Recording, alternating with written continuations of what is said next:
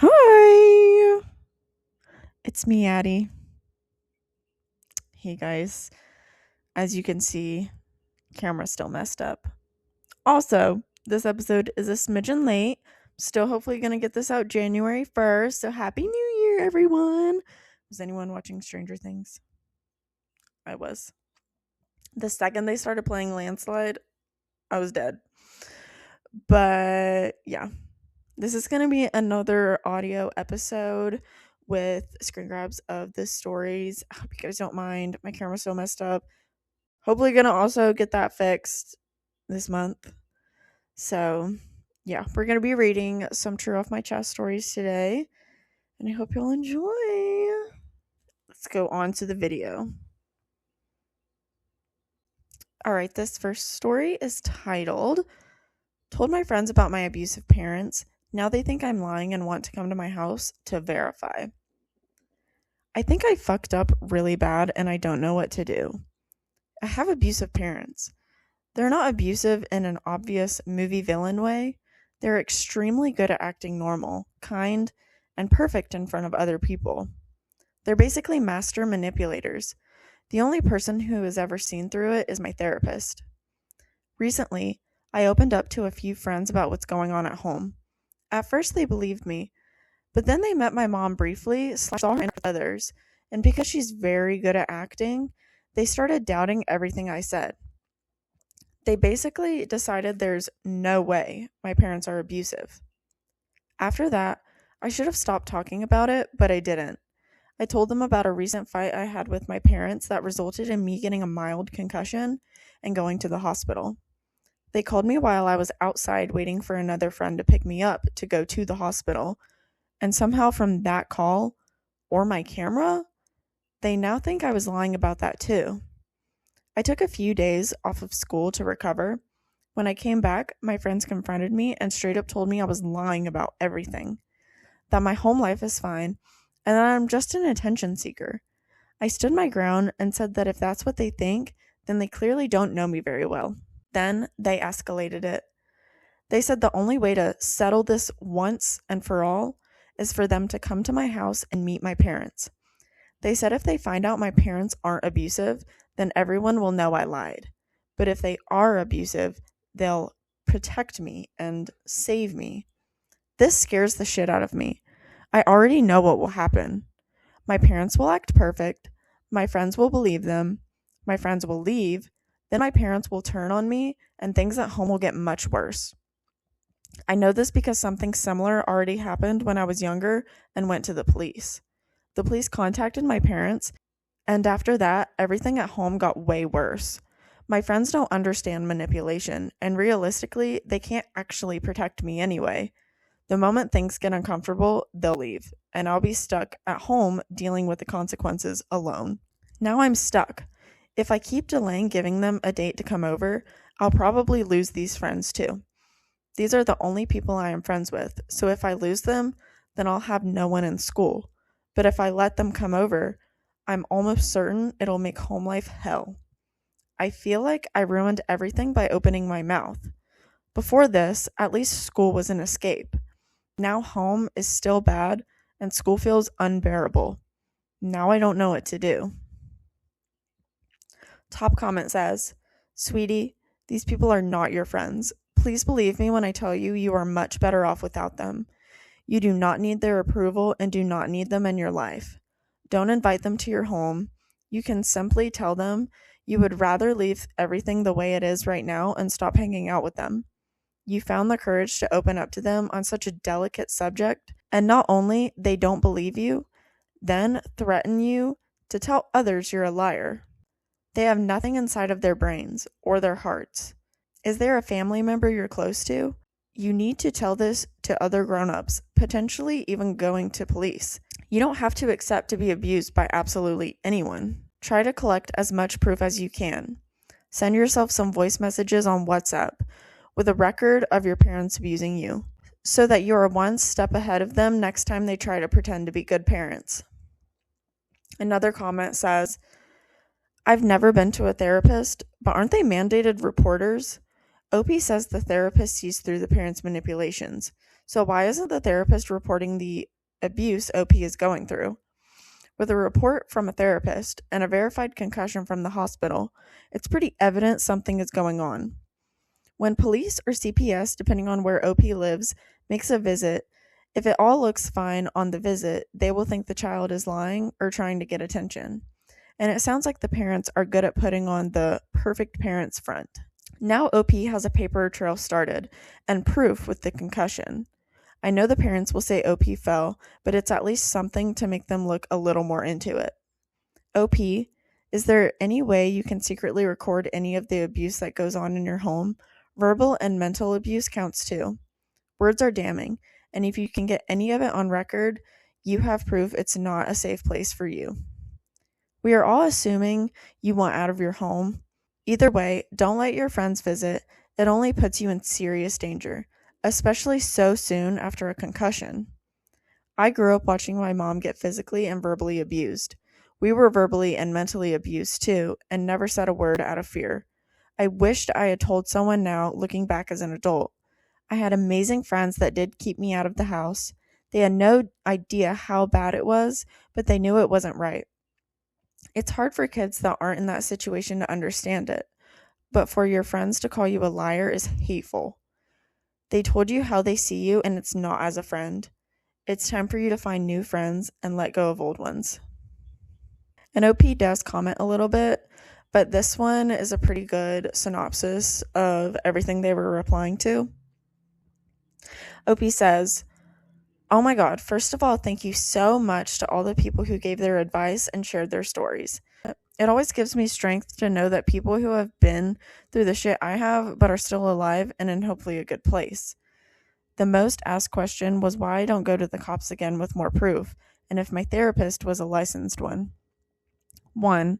The reason I don't want to go to the cops again is because the first time I went, I had a bunch of proof, like full-on videos, images of bruises that took weeks to heal, fractures caused by them, jaw dislocation, everything. They just said I was overreacting and kids these days are too soft and too entitled and call strict parenting abuse. I basically got an entire hour lecture and they called my parents and told them everything, and things at home got so much more worse after that. So I've just completely stopped trusting adults in real life, to be completely honest. 2. Yes, my therapist is a licensed one and he was building a case against my parents, but then my parents found out I was telling him everything and they got super mad and took me out of treatment. I was going to him for treatment of my ADHD, depression, anxiety, and eating disorders, and basically threatened to sue him for turning their sweet innocent angel boy against them, whatever the hell that means. So yeah, as of now, I haven't gotten treatment in weeks, so all my symptoms are getting worse by the day and I am collapsing again.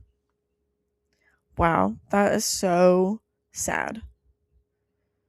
The update was posted only 16 days ago, so I'm really hoping that possibly a family member or someone can help OP. These cops are disgusting. Like this whole entire department needs to be eradicated because that is absolutely ridiculous to not be taking this serious at all. I really hate that. I'll have this post linked down in the description, so if anyone wants to look for updates, it will be there. This next one is titled, I was throwing diapers out of my window. It's so gross. I think a mix of mom brain, the fact that I haven't been outside in a week, and the pure efficiency of what I was doing meant that I forgot that other people, in fact, exist, and would not take kindly to this kind of thing. Outside just felt like the place that ate diapers and my fiance for 16 hours a day. 4 months ago, I gave birth to triplets. 2 of my babies came home from the NICU after 8 weeks. The other needed to stay for an extra 3 weeks.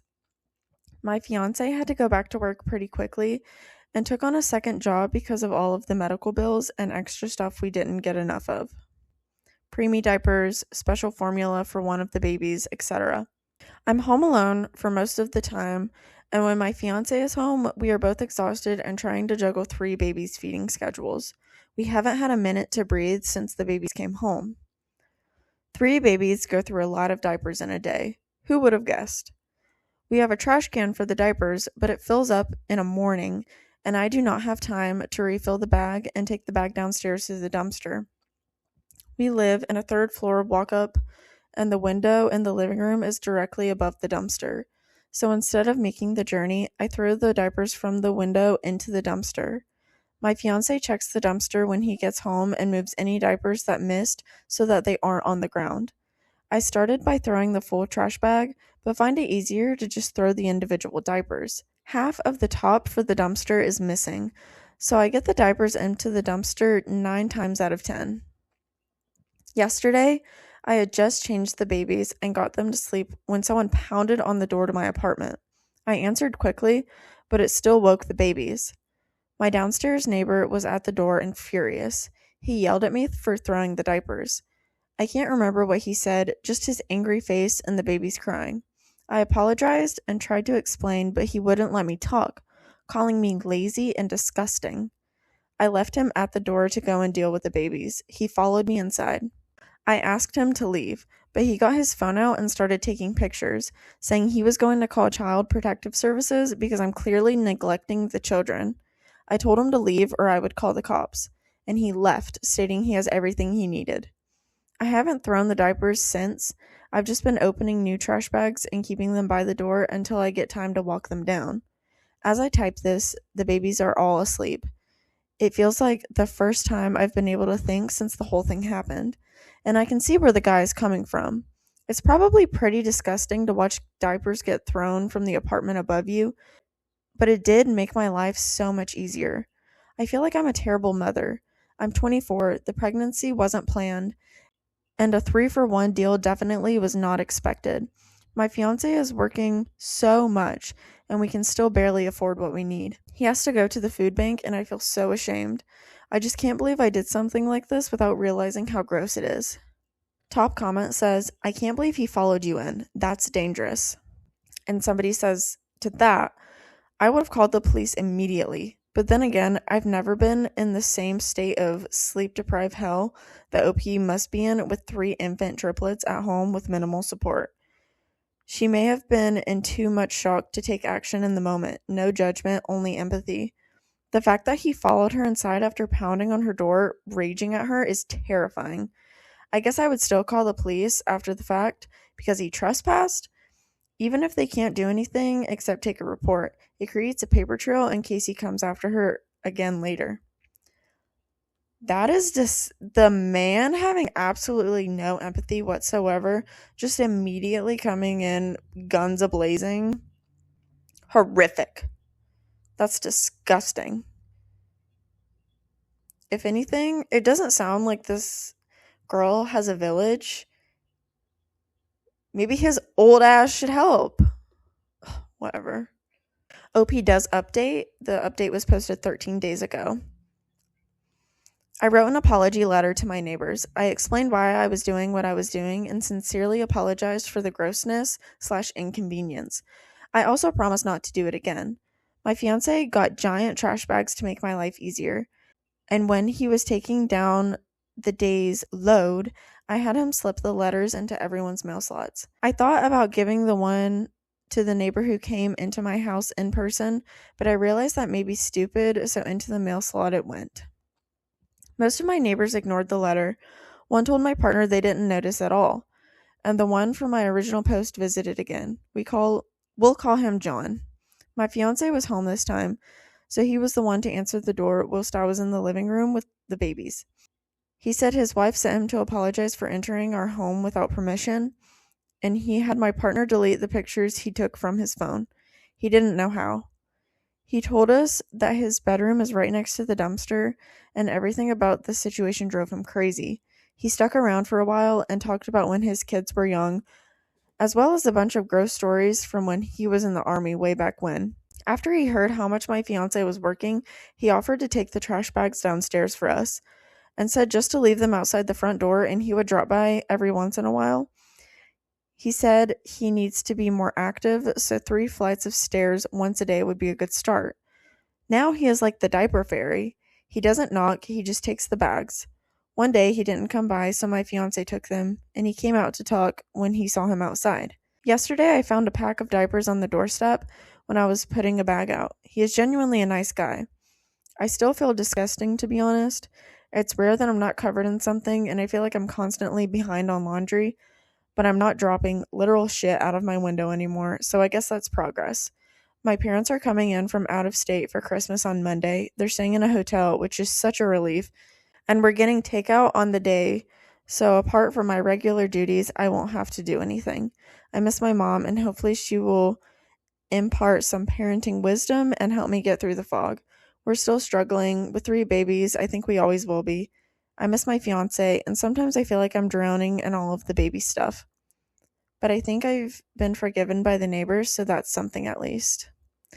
That is a wonderful ending, and like I said, his old ass should help if he has nothing to do. And you know what? He is. So that's amazing. Kudos to John. I'm not even kidding. That's so insane that he walked into her house like that, but old people are insane anyways. So I'm glad that OP's mom's coming in. I hope she can help in any way she feels comfortable with her mom helping. And OP, I just want you to know that you and your fiance are doing a great job. You are tasked with something that many people will never experience. And at 24, that's amazing. So, shout out to y'all. Just get through the baby funk, the newborn funk, and honestly, you'll miss it. This last one is titled, My 25 Female, Soon-to-be Sister-in-Law, 28 Female, Keeps Trying to Start Drama and I'm Running Out of Patience. TLDR, my boyfriend's brother's girlfriend has grown increasingly rude, competitive, and exclusionary toward me ever since engagement came up. Others have noticed, and I'm struggling to keep the peace without snapping. Hi all. I honestly just need to get this off my chest because I feel like I'm losing my mind and I don't know how much longer I can bite my tongue.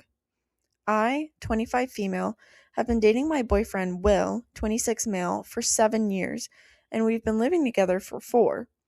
Will has an older brother, Sean, 30 male, who has been with his girlfriend Kate, 28 female, for about 8 years and living with her for roughly 1 year. For some context, Kate and I have the same first name. I go by my full name and have never used a nickname in my life, while she goes exclusively by a shortened version. Think Catherine versus Kate. I was introduced to her as Kate when we first met, and it's never been an issue. For the first 5 years I knew her, everything was fine. I'd see her maybe once a month for a couple of hours at holidays or family events. We got along well.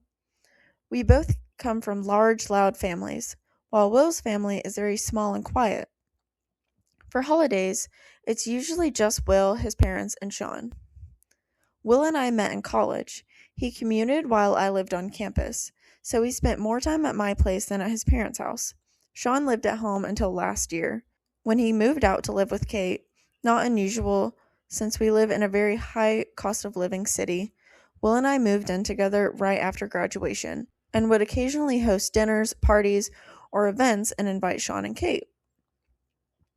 At some point, I started referring to Kate as my sister-in-law when introducing her, instead of saying, my boyfriend's brother's girlfriend. She never expressed any issue with this, so I didn't think anything of it. Earlier this year, Will was laid off due to a research funding freeze. It was scary, especially because I work in the same industry. While at Sean and Kate's for dinner shortly after, I mentioned how it had derailed some plans, specifically engagement and eventual marriage. Kate's face immediately changed and she said, "Oh, I didn't realize you were that serious. Don't you think you're a little young?" I replied pretty casual, "Well, we've been together and living together longer than most people's marriages last." I chalked it up to an awkward comment and moved on. Since then, her behavior toward me has completely changed. Will found a new job a few months later with a significant pay increase. I hosted a small congratulations dinner at our place with close friends including Sean and Kate. Instead of congratulating Will, the first thing Kate said was, "So does this mean you're getting engaged now?" Will laughed it off. A few weeks later, we had a family dinner to discuss an annual trip Will's family takes to a cabin they've rented for 20 plus years. It's a small 2-bedroom cabin. I've been invited since 2021, originally because Sean couldn't attend one year, and since then, we've split time. At dinner, I asked Sean if they were planning to go this year because if not, Will and I might stay the whole week. Kate loudly said at the table, "Well, I know I won't be there because I've never been invited, unlike some people." I felt awful and clarified that I'd never been formally invited either. Will had just asked his parents if I could come along one year, and it continued from there. Kate then announced that she and Sean wouldn't be there anyway because they were traveling abroad to visit Sean's extended family. This was clearly news to everyone, including Will's mom. When she asked questions and offered help, as she usually does, Kate told her bluntly, "We don't need or want your help." Later, Kate told me privately she refuses to ever travel with Will's mom again and told Sean she won't go if his mom does. After their trip, Will agreed to pick them up from the airport late at night. I came along because it was a long drive home due to overnight construction. Kate commented that she was surprised to see me, that ignored me the entire ride and repeatedly emphasized to Will that he needed to come over alone so they could talk. When we did have that dinner, Sean barely spoke. Kate instead lectured Will about how his grandparents felt abandoned by his mom. She repeatedly insisted Will needed to go visit them alone, not without his mom, but explicitly alone. When I suggested the brothers traveling together, she snapped that Will needed to learn how to do things without me planning everything. In October, Will's grandfather passed away unexpectedly. When I suggested Sean could travel with us in the spring for the funeral if Kate couldn't get time off, Kate replied in a group chat, "We wouldn't travel with you." Recently, Will and I had a small photo shoot done and used the pictures for holiday cards. When I asked Kate for their apartment number, she immediately asked if it was an engagement announcement, then followed up days later asking if it was an elopement announcement. It was just a card. At Thanksgiving, after Sean shared that he plans to propose to Kate by the end of the year, Kate again questioned Will about his marriage timeline and told him he was too young and shouldn't rush. Last week, I hosted a girls' night at my place. Kate was there, along with my 18-year-old sister and some friends. It was a PowerPoint night. Kate didn't prepare anything, interrupted my presentation repeatedly, yelled while speaking, and snapped at me when I asked everyone to quiet down due to my downstairs neighbors. She even grabbed my sister's arm and made her visibly uncomfortable. Later that night, when Will excitedly showed Sean a Christmas gift in another room, Kate loudly snapped in front of everyone, "That better not be a ring." She then invited Will, and only Will, on a hike the next weekend, saying they'd pick him up since I might need the car. When I asked if I could come, Sean said it was a family thing, which felt like a slap in the face. The next day, multiple friends and my sister independently reached out to me how uncomfortable Kate had made them and how rude they thought she was being to me. I've been biting my tongue to avoid family drama, but her behavior keeps escalating. I'm worried that if I finally snap, I'll look like the problem, even though it's becoming impossible to ignore. I don't know what to do anymore, but I needed to get this off my chest. Top comment says, "Sounds like she's insecure about 1, the family liking you more, whether they do or not, and 2, the possibility of you getting married first because you're younger. She has major insecurities and she's dumping them on you. Where is your boyfriend in all of this? Why didn't he ask if you could come to the hike? How was the 'it's a family thing' an acceptable answer to him or to you when she is just as family/not family as you are? She needs to be shut down, but I don't think I have the best advice for this because I'm just thinking next time she mentions you being too young for you to get married, you should say that you don't want to be an old bride like nearly 30. I don't believe this at all, and it would probably make everything worse after being amusing for a split second." That is hilarious, and I agree with that comment fully. It's definitely an insecurity thing because she's been with what's his name, Sean, for I guess only a year longer than you've been with Will. But Will needs to stand up for you. I think that you need to sit down and talk to Will about how this is making you feel. And I also think you need to talk to the mom because Kate is being so disrespectful to the mom. OP responds to that comment and says, "Love my boyfriend to death, but this man is oblivious. He doesn't pick up on 90% of things till I point them out later, and even then still assumes it was on accident. He's just a rose-colored glasses kind of guy like that. In this instance, he didn't say anything because he was thinking maybe it was the proposal plan and didn't want to push back and expose anything. Also, my thoughts after Sean's reply, hence why I left it at that. He didn't end up hiking with them and has plans to speak to Sean about Kate's behavior next time he sees them. I told him if he doesn't solve the problem, I will. Well, to be exact, I told him if she wants to play with fire, I'll burn her house down."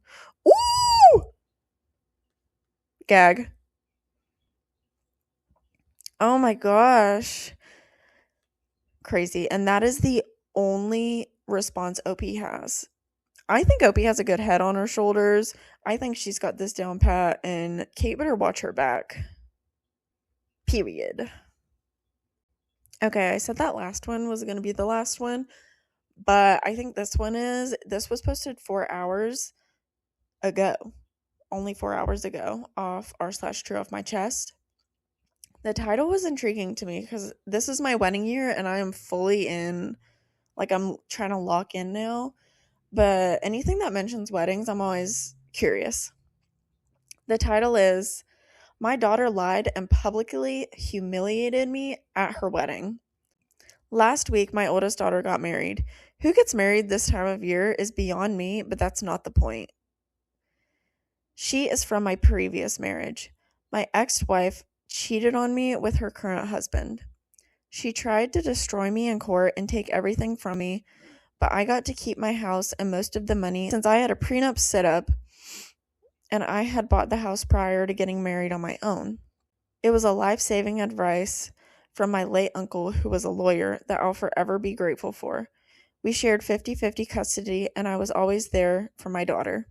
I paid for her activities, I got her presents on her birthdays and Christmas, I paid for her college, and much more. I thought I wasn't just an ATM for her because I did spend time with her growing up, and I took her on stuff, just the two of us, and I always told her how much I love her. So when she got engaged and was going to get married, I naturally thought I was going to have the father of the bride role, and throughout the entire wedding planning, that was the plan. I'd walk her down the aisle alone, and I'd get a speech, and I'd get a father-daughter dance. Her stepdad would also get an honorary speech and dance, but it'd be known that I was the father of the bride. We split costs 50-50 since traditionally the bride's family pays. Everything was going great, and for months I was working out and on a diet to look as good as possible for my daughter's special day. But literally just a day before the wedding, she pulls me aside and tells me her stepdad is going to have the father of the bride role. He's walking her down and getting the speech and the dance. I was getting nothing. I was hurt and shocked.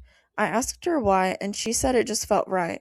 I was honestly too shocked and hurt to fight it, and it was just the day before the wedding. She was too busy to argue, so I went and sat there like any other guest, while the guy who stole my wife stole my daughter as well. I was furious and hurt.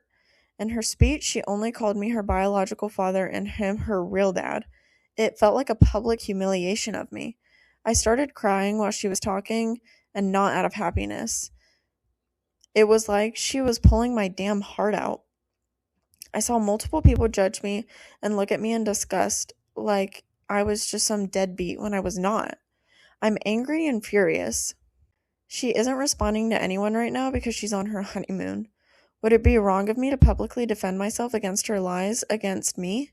I have many bank statements and receipts showing how much I've helped her financially throughout the years, and even with her wedding, I have many messages she sent me talking about her plans for me to walk her down, and text where she calls me the best dad, and I have many witnesses of spending time with her and not being an uninvolved deadbeat. Would that be wrong and petty? After the wedding, some people have started looking at me differently, and it hurts. I still love my daughter despite everything, but this still hurts. Top comment says, I wouldn't have went to the wedding and she'd never see another dime from me. OP responds, she's not getting any more money from me. Someone else says, next time she needs money from you, tell her to ask her dad. Another comment says, your ex-wife was behind this. I have to say, from the very beginning, I was completely thrown off by just the first sentence saying, who gets married this time of year is beyond me, but that's not the point. That was very rude, and I don't know if OP has made weird, like, snobby little bitchy comments like that her whole life, and maybe that's why she's feeling that way. But I also don't think she should have hyped him up and made him feel like he was gonna have the father-daughter dance, and, like, I agree. I think the ex-wife has something to do with this. Because why was it the day before? And the whole saying, like, he's her biological father, but her stepdad's her real dad. What has the stepdad done? I don't know. It all seems very suspicious. And I will definitely be keeping my eye on this one. The account has been banned, though. So I guess maybe I won't be keeping my eyes out for this one. Man. I'm so curious to know what you guys thought about these stories. Please leave your thoughts down below. As always, the stories will be linked in the description. That last story, it really has me on edge. Like, I need more context. I need it. I'm going to explode without more context. But yeah, I hope you guys had a wonderful new year. I hope 2026 is your year. Fingers crossed, it's my year. Getting married, and what is it, 10 months now? That's so scary. I'm not scared to get married. I'm scared to plan the wedding in this amount of time. Anyways, I won't be doing that to my dad unless he does something super snaky and gross. But I don't think he will. If he's watching this, don't be weird. Well, I guess that's all I have for today. Thank you for watching. We'll see if next episode is like this or the other way, where I'm like sitting. Also, the tree's gone. Isn't that so sad? I miss the tree already. But there's our lamp. Okay. I don't have anything else to say. Peace and love. Ooh, don't look at my tattoo. Peace and love. Bye.